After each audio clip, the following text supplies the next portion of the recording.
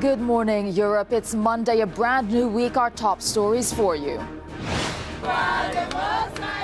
On dry land, hundreds of migrants finally set foot in Europe after more than a week at sea. Our correspondent was the only broadcast journalist with them. So what's next for those at the heart of a European battle? Plus, over in the Cube, our social media news desk. Well, those migrants might have docked, but Europe is still deeply divided over this crisis. We'll have all voices for you here in the Cube. Coalition cracks. Germany's Angela Merkel is on shaky ground as her allies decide whether to defy her on key immigration plans. Peace versus justice. Colombia elects a new president, a man who wants to renegotiate a historic peace deal with FARC rebels. And Viking pride, underdog Iceland, and some other World Cup surprises. Thank you for starting your Monday with us. Our top story, they're back on dry land. After a grueling journey across the Mediterranean, the 629 men, women and children rescued by the Aquarius have docked in Valencia. Well, the excitement built as their first steps were taken on Spanish soil, but docking in Europe doesn't necessarily mean the end of uncertainty for the group. France has offered to take in some of the migrants if certain conditions are met. But Spain has not ruled out sending back those who don't qualify for asylum. Euronews correspondent Annelies Borges was the only broadcast journalist on board the Aquarius, and she's joining us now live from Valencia. Annelies, it's good to see you back on a dry land, and we saw a lot of emotional scenes there. Can you tell us what that was like? Well, it was an extraordinary moment to witness those people finally being able to get off that boat. We've seen them, what we've experienced was really overjoyed. They were overjoyed about getting off that boat where they spent 7 days under very difficult conditions, but also overjoyed with the idea, with the opportunity of being given a chance to embark on a brand new journey.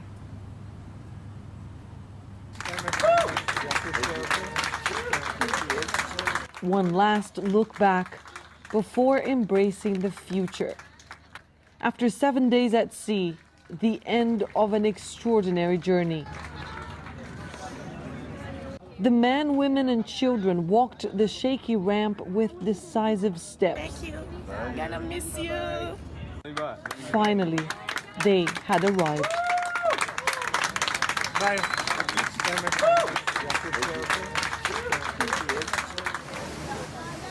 The 106 passengers aboard Aquarius had been up since before dawn, getting ready for the big day. Who could sleep in a day like this anyway? The last hours seemed to last an eternity. So are you happy today? Yes, I can't wait to see the dry land. I'm very, very happy. I can't wait. I'm very, very happy today. There are people really waiting to help for you. While MSF teams gave those rescued a crash course on EU immigration rules, we said our goodbyes. After sharing this journey, it was no easy task. And I hope that the people on shore take care of them and take care of their dignity at the same time, because they've had a very rough ride, these ones. 630 people are placing all their hopes of a better chance in life in Europe. Sunday marked the beginning of another journey for them, which promised to be as complicated, but perhaps less dangerous. These survivors could really use some calm waters to navigate from now on. All the best. À vous, mon ami! Bravo à vous! À vous! And Lisa, as you said there, this is the beginning of another journey and a complicated process they're going to face in the coming weeks. So what's next for them? Well, among the 630 people, some have been taken to hospital for medical treatment. Others have been taken to reception centers in and around the city of Valencia here in Spain. In the next few days, they each will get an individual appointment to tell their story, to explain why they left their country. And because of what they've been through, Spain is granting them a special authorization to stay in the country for 30 days before having to ask for asylum. The Spanish Minister of Public Works, José Luis Abalos, has said that once that time is up, they will be dealt with according to Spanish laws without exception. They will then have 45 days to ask for asylum, and if their asylum is not granted and if they don't have families with them, they will be sent back, Tessa.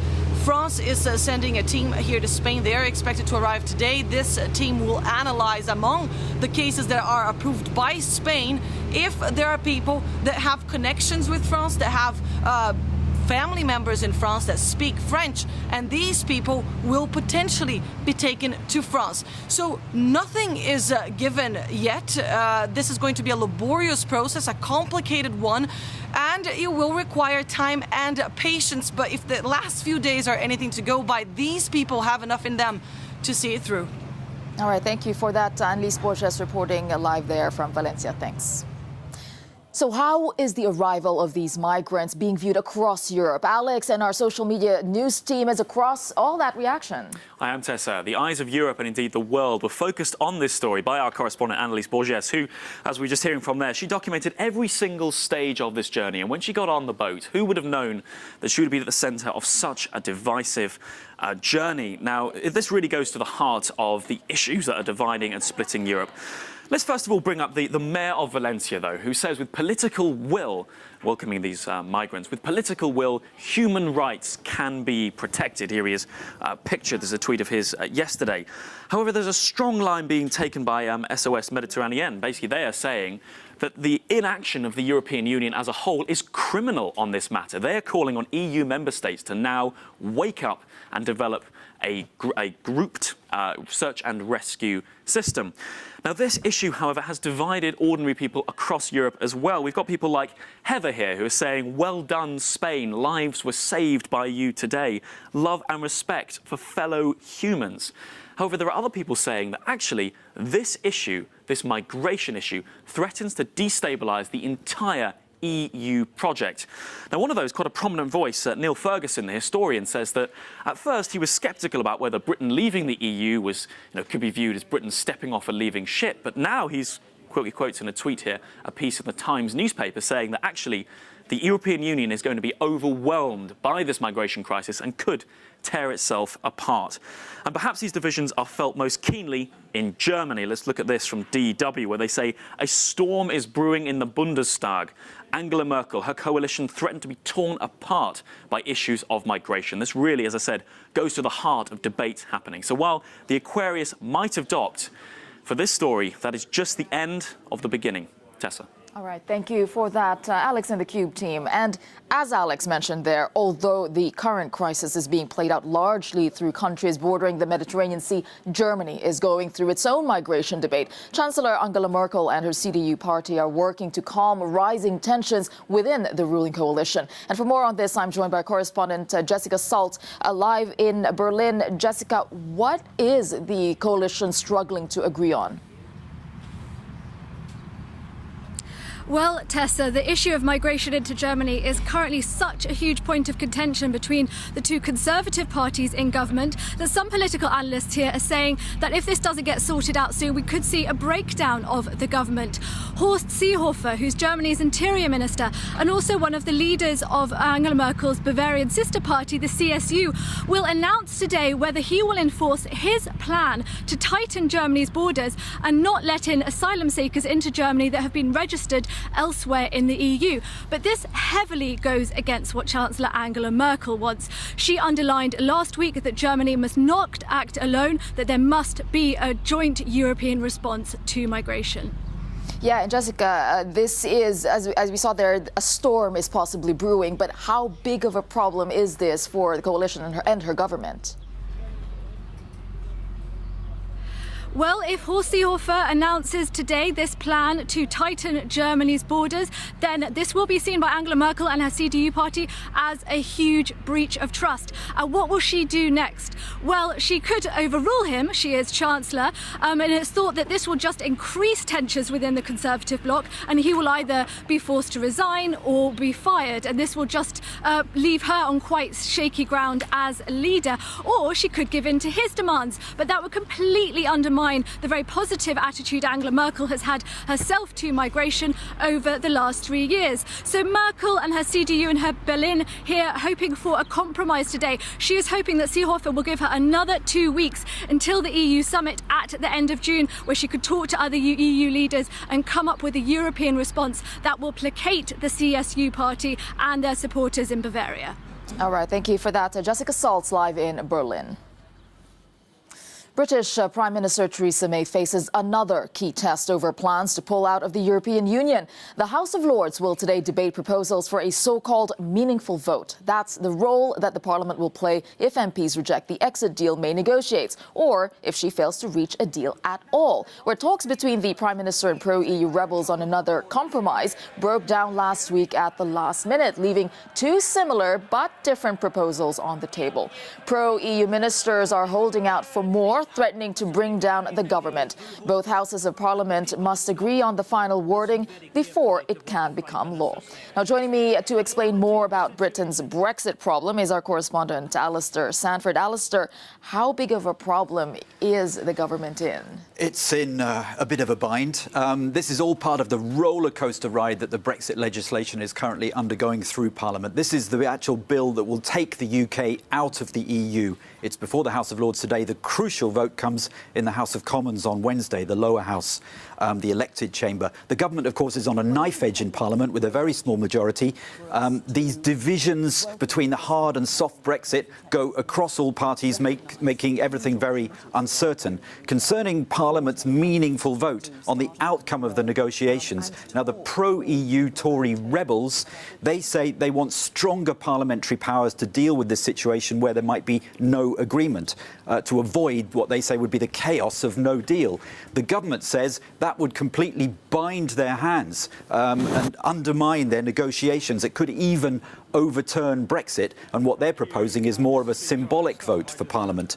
Now, why is this important? Because the greater Parliament's role, the more chances of a softer Brexit. But there's a dispute over the compromise plan, the wording of the text, and the rebels are warning that the government could ultimately be brought down over this. Now, this is all internal wrangling, quite separate from the wider question, of course, of negotiations with the EU itself. Yeah, indeed. And we've been talking about that upcoming summit, a very important one with a lot of key issues. Now, is this Brexit row is threatening to boil over into that discussion? Well, yes, the negotiations on Britain's future relations with the EU are ongoing, but certainly the UK government is very sidetracked with all this domestic trouble. But the EU wants answers on what Britain's proposals are for the future trade relationship, for the Northern Irish border, never mind all the other issues. The danger is the details could get kicked down the road again to October, and that's becoming very close to when the deal itself is expected to be finalised and then ratified, because Britain is due to leave the EU in March next year. Indeed it is. Thank you very much for that, Alistair Sanford. Now, at least 3 people have reportedly been killed by a strong earthquake in Japan's second biggest city, Osaka. More than 200 people were injured by the 6.1 magnitude earthquake that struck on Monday morning. Live footage showed burst water mains and a house on fire after the quake hit just as commuters were heading to work. And still to come for you on Good Morning Europe, Colombians elect Ivan Duque as their next president. He promises to overhaul the deal that ended 5 decades-long conflict with the FARC rebels. And as a political tension rises in Germany and across Europe over the fate of migrants, leaders are set to tackle the issue at the European summit in Brussels. You're watching Good Morning Europe, our top story. After more than a week at sea, hundreds of migrants from the rescue ship Aquarius finally set foot in Europe. They arrived in Valencia in Spain on a Sunday. Meanwhile, the debate over migrants in Europe continues. German Chancellor Angela Merkel's political future is on the line after an ultimatum set by her interior minister. Well, the migrant crisis is likely to dominate the next EU summit, which will be held in just 10 days in Brussels. And here to talk about that is Stefan de Vries, a Dutch journalist covering European affairs, and he's joining us live from Paris. Good to see you there, Stefan. Now, ahead of this summit, let's talk about the divisions in Europe that we're seeing right now. What is the most contentious issue, and is there room for any agreement? Well, the most controversial part is the current European Common Asylum System. Simply said, when an asylum seeker arrives in Europe, he needs to ask asylum in the first country where he arrives, but often he doesn't. He travels through to the country where he would like to live or where he has family. And now officially countries where these asylum seekers arrive can send these asylum seekers back to the first country of arrival. And in this case, it's usually Italy or Greece. Now, every European leader agrees on the fact that this system is no longer working. But people are very divided about the solution. One of the solutions could be to distribute the asylum seekers fairly among the member states. But the countries, mostly in the east of Europe, are very opposed to this. So now there's not real solution at this very moment. One of the solutions could be financial. Countries refusing to take their part could be punished by a reduction of the EU funds they are receiving. But at this very moment, it doesn't really look like there is a solution, and the crisis may even well lead up to the break of the Schengen area, the area where you can travel freely without a passport, and one of the founding blocks, one of the founding parts of the European Union. So it's actually a gridlock. There is no solution in sight. Yes, and indeed, there's a lot of national problems going on that could spill over to the summit itself. You mentioned the Schengen border area. That is also touching on Germany's problems. So how much the pressure that Angela Merkel is facing, how will that play into the results of the summit potentially? Well, this is probably the biggest challenge Angela Merkel had to face in a very long career. Remember, she was at the head of the Euro crisis to find a solution in 2008, 2013. But this is even bigger, simply because her own position is under threat. She has to find a solution before the end of next week, but it may well be that she will no longer be the German chancellor by that time. There's a revolt by the allies, CSU, her allies of many decades. Your correspondent in Berlin already talked about that. And her position is even weaker than it already was when she became a chancellor earlier this year. The ship, the Aquarius, is actually a metaphor for what's happening now in the European Union. It's a ship on drift on one of the European seas without a captain on board. Nobody really wants to have it. And, well, theoretically, Angela Merkel was the captain of the European Union, but she has roughly, well, I guess 48 hours to find a solution, not only to save her own position, but more importantly, to save Europe. Indeed, Stefan, that's a pretty big prediction if Angela Merkel is no longer the chancellor by that time. Thank you very much, Stefan de Vries, live there in Paris. Now, pro-government forces in Yemen have launched an offensive to take back a key airport held by rebels. Yemen's Iran-aligned Houthi rebels fought to keep a Saudi-led coalition from taking full control of the main airport, which serves the port city of Hodeidah. The government says it now has control of the airport. This is disputed by the rebels. Now, there are fears of a worsening of the humanitarian crisis, as the city is a key entry point for food, fuel and medicine in the country. A UN special envoy is in Yemen to try and secure a rebel withdrawal. And still to come for you on Good Morning Europe, a weekend of joy for some, despair for others at the World Cup. The Cube looks at the big surprises. But first, a look at your weather.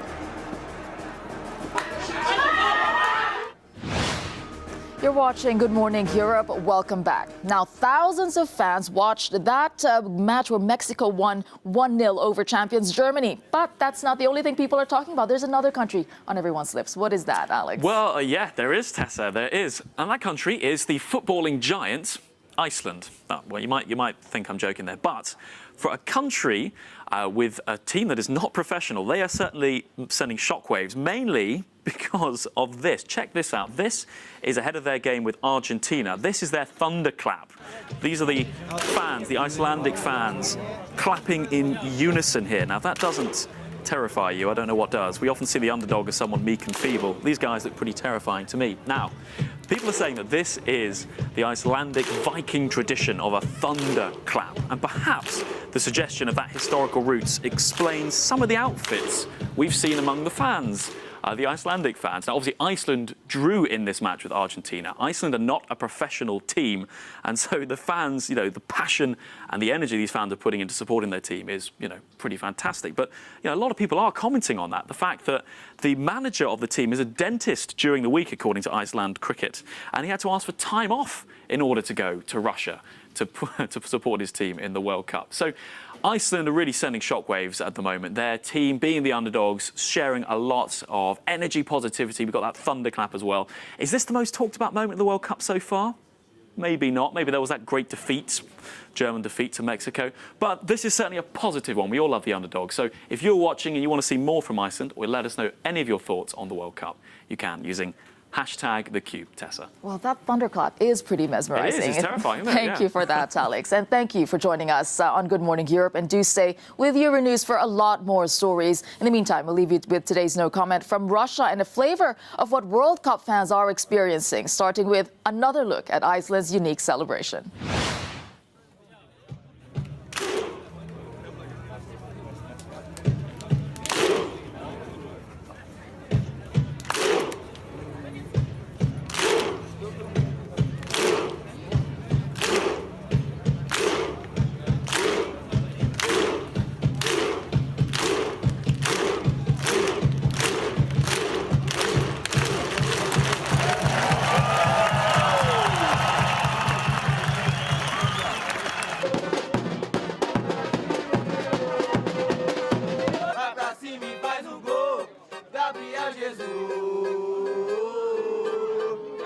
Olha a amarelinha, chegou, chegou, chegou. Vamos jogar com raça, coração e amor.